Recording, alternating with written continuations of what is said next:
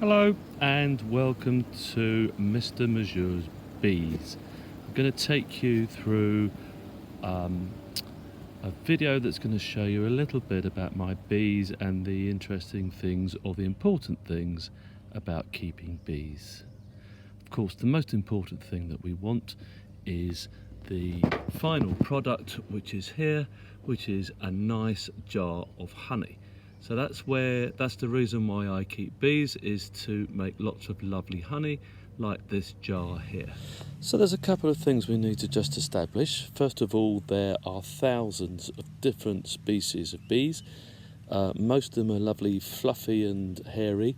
I think there's about 2,000 species, but we're interested in just one, the honeybee, which isn't so furry and is called Apis mellifera. Here are my bees behind me. If you look over my shoulder there, you can see the two hives where I keep my bees and where they live and make their honey. They stay there voluntary because, of course, bees are wild animals and they can take off any time they want to and go and live somewhere else if they want. That's the reason why we're called beekeepers, is because we're just keeping them maybe temporarily. If we make them welcome, then maybe they'll stay longer and make us some nice honey. There are three types of bee in a hive, and you need to know that before we start looking at the hive. There are the most important bee of all, the queen bee, is the only bee that makes babies. She's called the queen bee, and hopefully we're going to find her in this hive. Then there are the workers down here. You can see them flying in and out as they go in search of water. The sticky stuff of buds, which they make something called propolis. I'll talk much more of that later on. And of course they get nectar and pollen as well, because they feed the babies with pollen. And here we have our busy bees going in and out of the entrance here, which, so we can zoom in a few. There we go. Can you hear them buzzing? There are two parts inside the hive. There is the bottom bit where the queen lives and all the babies are made. That's called the brood box, because that's where the brood, the baby bees, are laid and then fed and looked after until they become worker bees. And in the top there's a bit called the super, which we only allow the worker bees to go up, where they keep the honey when they start storing lots and lots and lots of honey. Here's an example of a brood box. It's a little bit bigger, and inside we've got these things called frames. Let's take a frame out, and you can see that the bees have made already in this one, they have drawn out the wax to make the honeycomb shape. This is actually a frame that I used last year that I emptied out, so it's been used a bit, but obviously it's mostly empty here. I'm going to use this later on and put into the hive, because I want to change over a brood frame inside one of the hives. When the queen is laying lots and lots and lots of brood, which is sort of about now in June, what happens is we put something called a queen excluder on the top of the brood box. This is a queen excluder here, and the design, it's specially designed so that it allows the workers through, but the holes are too small for the queen.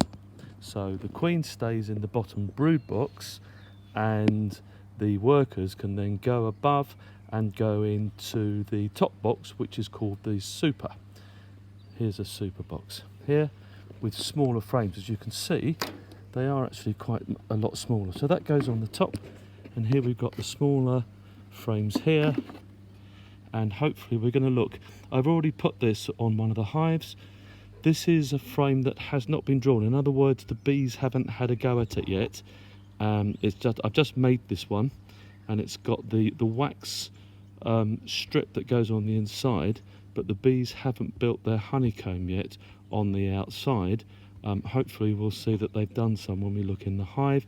on these super frames that I've put in one of my hives. So that's what it looks like inside the hive. You've got the brood box on the bottom, separated by the queen excluder in the middle, and then on the top you put supers where the worker bees can store excess honey, as much as possible of course, and we can always add extra super boxes on top if we've got lots of honey, so that we encourage the bees to make as much as possible before the end of the year. We all know that bees sting. They don't sting as often as you might think. They don't want to sting you, because if a bee stings you, it's going to die. However, they do like to protect their hive, so if they think their hive is threatened in some way, they do try and sting you sometimes. One of the knacks of beekeeping is to breed bees that are well behaved and not very aggressive. There are plenty of beekeepers who actually look after their bees without any protective covering at all. I'm not that brave yet, so here's the stuff that I wear. First of all, wellies. Wellies are really important because bees tend to walk upwards, not down. So if you tuck your trousers in the boots, they won't go down into your boot, they only go upwards. So that's the reason why we wear wellies. Here's a bee suit. You can see the visor there is made of a tight mesh, and it won't let the bees in, and there are zips which mean that the whole of the suit covers my body. And there's a hat, both to keep the sun off when I'm not wearing the suit, and then keeps the sweat out of my eyes when I'm looking at the bees. And lastly, gloves. Now some people wear quite thick gauntlets, sort of thick gloves, thick gardening gloves. I wear a pair of marigolds, and then because, as you'll find out in a minute, there's a lot of propolis which gets stuck on the gloves, I wear some extra protective gloves on top that I can then throw away, because then I don't ruin the marigolds. One way to keep the bees calm when we're inspecting the hive is by pumping some smoke into the hive. The bees don't like the smoke, and it appears to calm them down. So in addition to the smoker, we also need these two very important tools. That's the bee brush, nice soft brush that can brush the bees off the frames without hurting them. And this thing here, which is called a hive tool. It's specially designed with sharp bits to cut in between the layers of wood where it's been stuck together with propolis. I've mentioned propolis before, that's the sticky stuff at the end, and at the other end a nice little hook for hooking the frames out. Okay, so let's see if we can get the smoker going. We use either wood chippings, or very often we just use bits of egg carton, because it makes a lovely smoke, which is exactly what we want. We want a long-lasting smoke coming up. So let's see if I can fix this up. Right, so there we've got the last few bits of egg carton going in, with a little bit of, as I said, wood chip going in. We're going to get it all going with get it nice cheap by using one of these, just a camping gas burner. There we go.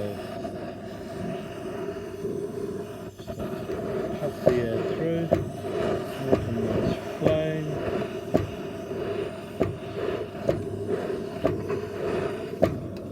Turn the gas off.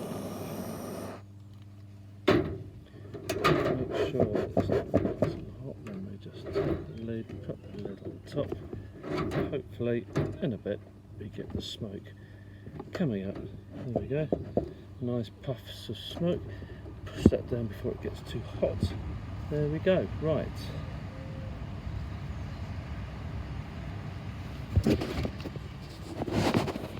There you can see puffs of smoke hopefully coming out of the smoker.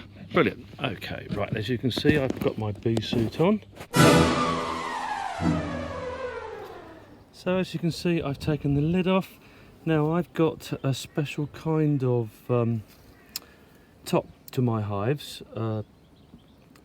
called a crown board. It's actually made of glass so that you can see in to the hive and you can see the bees busying away in there. Going to take all of this off, and in the white outside frames. Now this type of hive, there's lots of different types of hives. This hive is called a WBC, and it has an outer skin, so I need to take off the outer layers, and that's all. Okay, right, so here's inside the hive, and here's the crown board that goes on the top. Now the bees, I mentioned, they get the sticky stuff off of buds and they seal everything up like a really strong glue, and that's called propolis, and that's what I'm just lifting up now. There we go. A few bees on the top, we'll pop them back in. There we go. And so now we can have a look and see what the bees are doing. Let's have a look. This is the super. There's the queen excluder. Now here is one of the frames which they haven't drawn out yet. Let's see if I can find one where they have. Oh, sorry. Right, let's just take one of these out here and have a look. Now, there you can see this is a frame where they have already drawn it out. I'm going to get a bit closer for you. There we go, can you see that? Let's have a look. I think you can see that, okay. You can you see down the bottom those shiny bits? That's nectar that they'll eventually turn into honey in the top super, and of course there are no eggs here because the queen can't get up here. We'll go and have another look at another few. This is very early in June, and it's been a late season anyway because the weather didn't get warm for ages. So, oh, this is quite heavy. Now have a look at this one. Can you see here lots and lots of shiny honey that will eventually they'll seal it off and turn it into honey, but right now it's just nectar that they've collected from the plants to bring back for the hive